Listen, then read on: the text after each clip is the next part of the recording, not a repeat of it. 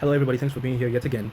We're going to be continuing our study of the book of Romans. We, in the last time, completed the introduction to this grandest of grand letters by the Apostle Paul, after Paul had gone through his introduction of the gospel and laid out the key elements to start the correct understanding and declaration of the gospel after the introduction of himself and indicating his mission as an apostle for the gospel of God and how it concerns all things to do with Jesus Christ and the grace that comes from him unto even the called ones at Rome. And after his standard and customary greeting and benediction to the people of God at Rome, he begins with these words. First, this time we're going to be going through as much as possible, hopefully to finish the rest of chapter 1. So we'll be reading through as much of the book as we can and then making brief comments and interpretative observation as we move on. I'm using the same Bible tool as last time, my Bible Strong, with the Greek text to the left hand side, and wheresoever the Greek text would introduce sharp exegetical observation, I would be sure to point that out. So let us continue with these words. First, I thank my God through Jesus Christ for you all, for your faith has been proclaimed throughout the world. For God, whom I serve in my spirit, in the gospel of his Son, is my witness as to how unceasingly I yet make mention of you always in my prayers, requesting if perhaps at last, by the will of God, I will succeed in coming to you.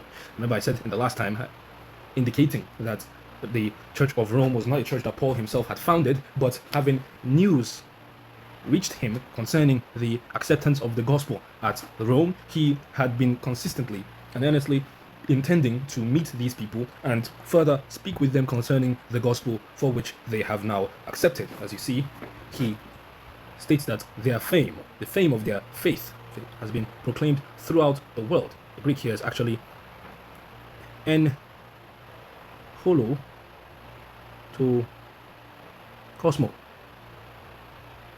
Once again, understanding of Greek letters and stuff like that in my earlier videos concerning the alphabet would help you understand how I transliterated that. However, the literal rendering of this is throughout or in the whole world. The fame of them has been katangeletai,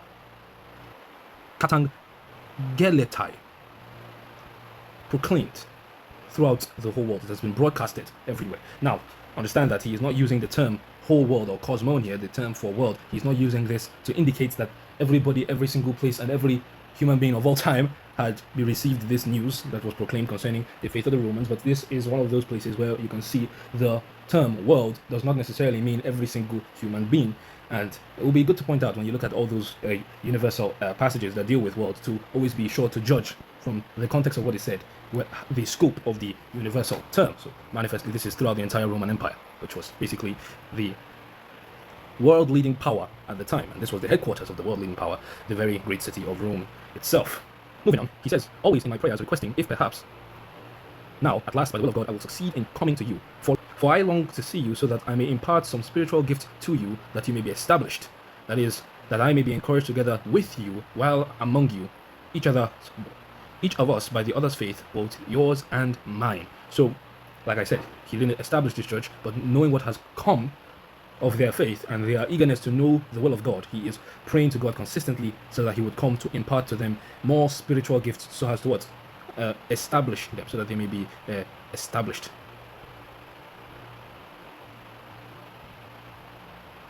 That will be the Greek rendering of this term, to be made firm, established. So, and he introduces what he means by establishing them with this term total, that is, that he would be encouraged by their faith and they will be encouraged by his faith, and there will be mutual encouragement by the faith of all of them. That's this term here.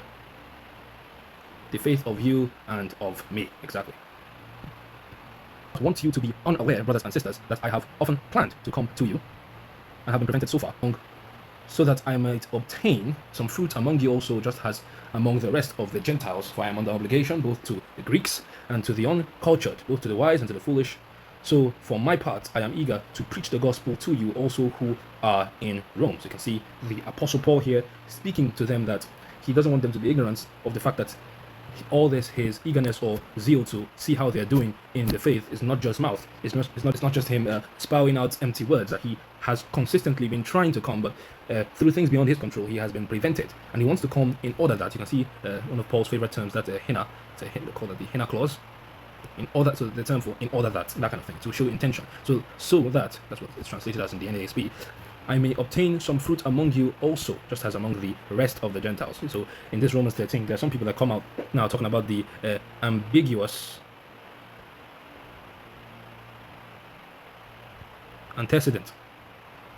It's this conspiracy that the book of Romans is divided into two. One, the first 8 chapters or so to Jews, and the other part to Gentiles. And because of, like I said earlier, Paul did actually indicate that he is speaking to a mixed crowd, and sometimes he'll pull an example of things that would be more readily obvious to one member, but at the same time, even as he pulled things that were unique to Gentiles, and at some point pulled things that are unique to Jews, he still showed how it would apply to both Jews and Gentiles, whatsoever example he is bringing. So this whole thing about the ambiguous antecedent, because of this term in verse 13, that it is understood that Paul is trying to speak of the fact they load this term, the rest of the Gentiles, to say that Paul is indicating that he's about to start talking to only Jews for some reason. However, this term here,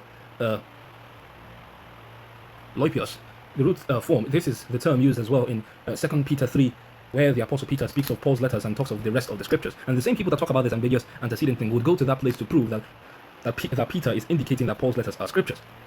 Yet they see the exact same root here, and they're saying that this is Paul trying to remove the Gentiles from what he's talking about. Whereas it's obvious that if you are just as among the rest of the Gentiles, it's clear that he's identifying the people you here as Gentiles. So that conspiracy falls flat in its face. We just saw earlier that he says that he wants to preach the gospel to them. So that's very important to note, with the fact that he is writing to people who are already Christians, but he's still eager. He says he's eager to preach the gospel to them still. See that word prothumos or prothumon is eagerness. He's describing how zealous he is to still come to preach the gospel to people who are already Christians. So the mindset of the fact that the gospel is not just needed to become a Christian, according to Paul, it's very much needed while you're a Christian as well.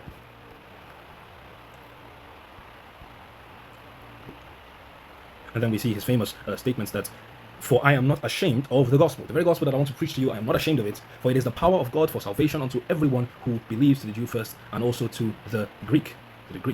So it's very important to note that Paul is saying that the power of God unto salvation is the gospel. The gospel is the power of God unto salvation, but he indicates who he's referring to. The power of God unto salvation, panti to pisionti. The power of God unto salvation to all the believing, to all of the believing. So the gospel is the power of God unto soterian. This is where we get the term soteriology from. Soterian. It's the power of God unto salvation to everyone who believes. It's not the power of God unto salvation to the unbelievers. It is a group of people, and all of them, it is the power of God unto salvation to them. Because most people would rip this verse out of context and forget that Paul indicates to whom the gospel is the power of God unto salvation to. And then he introduces the next statement with a ga. See that term ga? Standard Greek term for because, or indicating a reason for why something is the case. For I am not ashamed of the gospel, for it is the power of God unto salvation to everyone who believes. For the gospel, the reason why the gospel is the power of God unto salvation to every believing one is because of what? The righteousness of God is revealed from the gospel, from faith to faith, as it is written, but the righteous shall live by faith. So this loaded term, quoting from the book of Habakkuk, the 2nd chapter, the 4th verse, and Habakkuk indicates there that the righteous man will live by God's faith. The righteous shall live by my faith, as it is said in the Septuagint. So the Apostle Paul says that the reason why the gospel is the power of God's salvation to everyone who believes, whether Jew or Gentile, is that the very righteousness of God, and it's very interesting to note the term righteousness here, the dikaiosune. Dikaiosune. Theo. See, Theo, the normative term for God is theos, but you can see it's written theo here, showing it's the genitive case, the possessive case. So it's God's own righteousness, the righteousness that belongs to God. We showed how this is significant when he says earlier, the gospel of God, the gospel that belongs to God. So this is a righteousness that belongs to God. It's God's own righteousness that is revealed by the gospel. It's revealed in the gospel, from faith to faith. And it's very important to understand what Paul means here, because the entire necessary issue of the Reformation, which is concerning the relationship of faith and justification, is that how or by what's the instrument for the revealing of the righteousness of God. Paul indicates here that it is from faith to faith. So if Paul and then he defends this assertion that the righteousness of God is revealed from faith to faith because it is written, the righteous shall live by faith, the just shall live by faith, as it is said in the old KJV. So from faith to faith, what is that all about? Is it that the righteousness of God is all about faith? Or is it the righteousness of God revealed to everyone who believe is from faith at the beginning, faith at the ending? Is it from faith first to last?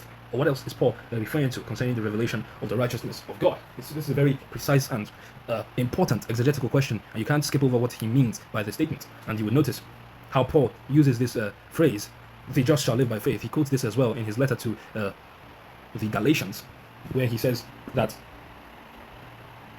it is because that a man is not justified by works of law, it is evidence the righteous or the just shall live by faith. So the book of Galatians was actually written before Romans. So you can tell this is Paul is building up from the thing that he said earlier in the book of Galatians. But assuming that the Romans did not possess the book of Galatians as of yet, what would they have understood? That the righteousness of God is revealed from faith to faith. It is revealed from faith to faith. First of all, questions are, what does that mean? The righteousness of God is revealed to whom? It is revealed from faith to faith to whom? If it is being revealed to whom? To everyone who believes that he just spoke of earlier, then it would be that he's talking about the fact that the righteousness of God is faith first, faith last. It's revealed from faith going to faith. Faith first, faith last. That conclusion will only not follow if at all the righteousness of God is being revealed to a wider scope than everyone who believes, which is the reason why it's very important to indicate the limiting factor of this universal term, panti, everyone here. And know that this is not the righteousness of God is not revealed in the gospel to everyone. And the gospel itself is not the power of God to everyone, but it's the power of God to everyone who believes. The just shall live by faith, from faith to faith, as Paul asserts. So notice the way verse 17 and 18 are framed. So it says that the righteousness in the gospel, the righteousness of God is revealed. Look at the term there for to be revealed. Apo ka lu tetai. You see where we get the word apocalypse from. So an apocalypse, you think of something like some cosmic, seismic kind of earth-breaking, event or something like that. But the term apocalypse mostly means a revelation, something that is revealed. So the apocalypse of John, as it is said concerning the last book of the Bible. So apocalypse means a revelation. So the exact same term is used in verse 18, where here in verse 17 he says that it is the righteousness of God, the kaisone deu, that is revealed. But here he says ka lu petai, the exact same term here, ga oge deu. Oge deu, same possessive form of God.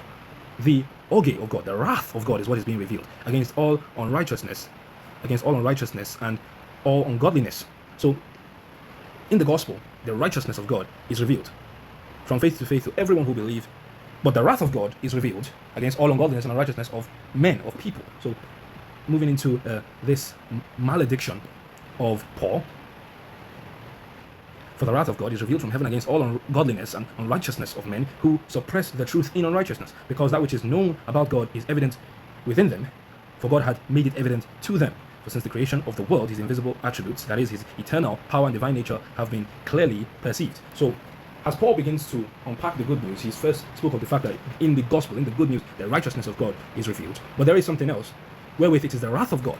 As I mentioned earlier, the oge theou, not the dikaiosune theou, the oge theou is what is revealed. And it is revealed, unlike the gospel, the righteousness of God is revealed to everyone who believes. Here it is revealed to all, again another universal term, that term, pasan. So this is another universal term from it's different ways of saying the Greek word pas. So it is the wrath of God that is revealed against all ungodliness and unrighteousness of anthropon, men, human beings, people who suppress the truth in unrighteousness. So this word for suppress here,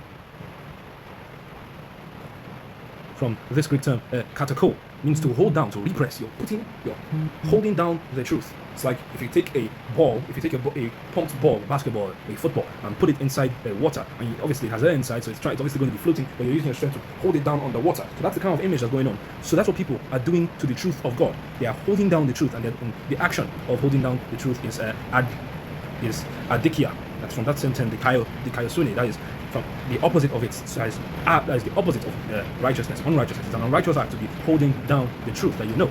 As we saw earlier, he said that for since the creation of the world is the invisible attributes, that is his eternal power and divine nature have been clearly perceived. Clearly. So this is not something that God did under a parable. He has clearly made it known to all these unrighteous people. He has clearly made it known to all these unrighteous people, nothing less than his very eternal power and divine nature. This is his eternal power and divine nature that he has made known to everyone. Clearly, he says. This is the term theos, his divine nature, his divine power. So the existence of deity made known to everybody, so that what? Being understood that what? They have been made without excuse. Now, we can notice the term used for without excuse here. One of my favorite terms in the Greek language is the term anapologetus. Anapologetus. So this is from the term apologia, which is where we get apologetics from, which is what this channel is all about. Apologetics from apologia. So this is the opposite of that term. So apologia or apologetics means to give defense or give a reason. But what Paul is trying to indicate is that because of what God has done in making his divine nature and eternal power clearly seen, everyone that has seen it is without excuse. That is, they are without defense. They cannot deny in any reasonable way that they have missed it, because God has made it clearly seen. He goes on to say, although even if they knew God, they did not honor him as God or give him thanks. They became futile in their reasoning, and their senseless hearts were darkened. So, claiming to be wise, they became fools and exchanged the glory of the incorruptible God for an image in the form of corruptible mankind, birds, four-footed animals, crawling creatures. So he's demonstrating the peak of unrighteousness of man is that though we know God has made it clearly seen without excuse to us, we refuse to give him his honor as God. That is it uses that term from the Greek doxa. That is, the term here is doxa. Doxasan, that is to give glory. Doxa is the term for glory, so that is to give glory or to give honor. So man refused to give God the honor that is good or be thankful, and knowing fully well he deserved it, yet they kept it from God, knowing fully well that this is what is demanded of them as the creatures of God. And it says, in doing so, their senseless hearts were darkened, their foolish hearts were darkened, and then they became fools, though they claimed to be wise, and exchanged the glory of God. You can see that term there, glory there, doxa, that's doxan.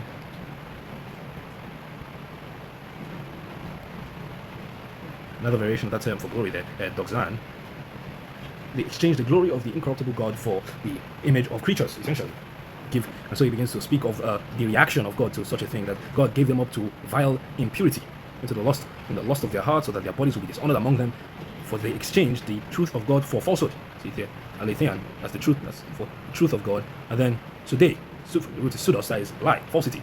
And then that's the opposite of aletheia, that's truthfulness. Exchange the truth of God for lies. Worship and serve the creature rather than the creator, who is blessed forever. Amen. The term amen from the Greek, imported into the English directly. So let it be. It says it was for this cause that God gave them up to degrading affections. KJV says vile affections. He delivered them up to vile affections, to dishonor their bodies. It says for this reason God gave them over to degrading passions for even their women. Exchanged the natural relations for that which is contrary to nature, and likewise the men too abandoned the natural relations with women and burned with their desire. And interesting, he says one to another. They burned with their desire one to another. So most people come to say that Romans 1 is not indicating any form of prohibition of same-sex interaction. It's talking about exploitative kind of relationship, but this is not exploitative at all. This is consensual, going both sides. Paul says it's going one to another. Allelus. That's the term used in that term used here. Allelus. If you want to see how it is used elsewhere in the New Testament. Gospel of John, the 4th chapter, John exhorts his writers. He says, Beloved, let us love one another. So this is this term, beloved, this phrase here, let's love one another. Agapetoi, agapomen, allelus. Let us love one another. So clearly the commandment of love here is that love should be going back and forth, from one person loving to the person who he is loving him back. So when we come back to Romans, of course, we see clearly that the term allelus does not describe something that is exploitive in any sense. You can check a lexicon and go through all the places this term is used in the New Testament. Allelus, you can see one another, themselves, yourselves, never something to be talking about exploitive relationships. It says, Jesus uses this term, it says, many shall be offended, betray one another, hate one another. Again, Jesus is talking about hate going back and forth. There's different depictions of end time scenes. Go through this entire time, just go through the concordance, just check yourself. You'll see that this term always means something going back and forth. So for Paul to say that the unnatural desire, which is them committing shameful acts, men with men, committing sinful acts, is clearly that whatever it is they were doing was not something that was exploitative, but yet still condemned by God, because it says that they received for those shameful acts the penalty due for their error. As we conclude this massive indictment of the sinful man, we see Paul say that just as they did not see it fit to acknowledge God, He didn't see it fit to, just as he did not see it fit to acknowledge God, God gave them over to a depraved mind. You've heard of this term in theology when people talk about total depravity. Most times they mean to indicate that the depravity of man covers up the entirety of man. There is no aspect of man's life wherewith this scope of his sinfulness does not touch. And here, Paul specifically is referring to how, given the fact that this mind has been told and informed without excuse what he should do concerning God, he has refused to honor God such to the point that he would not even want to have God in his mind, but he can't escape the knowledge of God from his mind. God has given him no excuse, and he's completely in the know concerning these things and such. A mind that knows what is true and is still holding down the truth underwater is a depraved mind. It is adokimon from adokimos. That is the term reprobate. It's for a person who it's just awful kind of stuff. You manifestly have no scintilla of regard for what you know to be true. So he gave up these people to a depraved mind. So understand the pronoun them, the autos here. Paul is not limiting this term of a depraved mind. The them here who have a depraved mind, he's not limiting it to just the examples of sexual perversity he gave before. He goes over to explain what the people he's referring to that have this depraved mind. And this will obviously show us, based on all of us who are born into this world, how much of us is he talking about. He says he gave them up to a depraved mind to two things that are not proper. People having been filled with all unrighteousness, at the same time, adikia. Unrighteousness, wickedness, greed, and envy, full of envy. Unrighteousness, wickedness, greed, and evil, full of envy, murder, strife, deceit, malice. They are gossipers, he says. They are slanderers, they are haters of God. This term, they to gaze, hate God. They are hostile to God, haters of God, boastful, arrogant, inventors of evil, and just look at that, disobedient to parents. Children are not outside the scope of Paul's adokimos. Children as well, disobedient to parents, without understanding, without trust, and untrustworthy, unfeeling, unmerciful. And then look at this. Although they know, the same group of people, everyone under the adokimos, which he has indicated is everybody who has done anything. If you have been any participant in such things that he has listed here, then adokimos is talking about you. Adokimos is not being limited to people who did any form of sexual perversity. He clearly indicates that the people he's talking about are people who have done this stuff.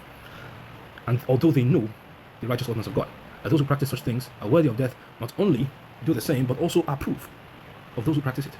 Approve of the ones that practice them. That's the term here. The term literally means you have hearty approval. You have, the KJV renders it as pleasure in those who do these things.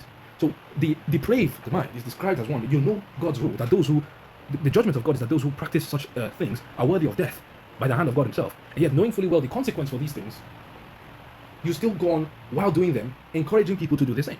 So that is the depth of depravity, that men will know what will bring death on another man. They are doing it and at the same time encouraging their fellow men to do it. So that's the reason. So the height of sexual perversity is not Paul's defining factor for an adokimos, for a reprobate or a depraved person. Is that a person who knows what God hates, what God has ruled against, but yet, while seeking to do it, he's insisting and he's approving. He's pleased when other people do the very thing he knows that God hates as well.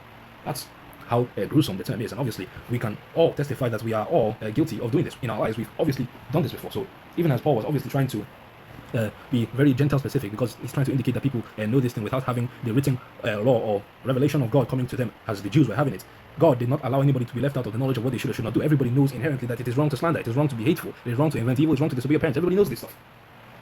And they know that God will punish those who do them. They do them and still have pleasure in the ones that do them. That's the peak of man's depravity. And that is the bad news according to Paul. So, like I said earlier, righteousness of God is revealed by the good news from faith to faith to all who believe.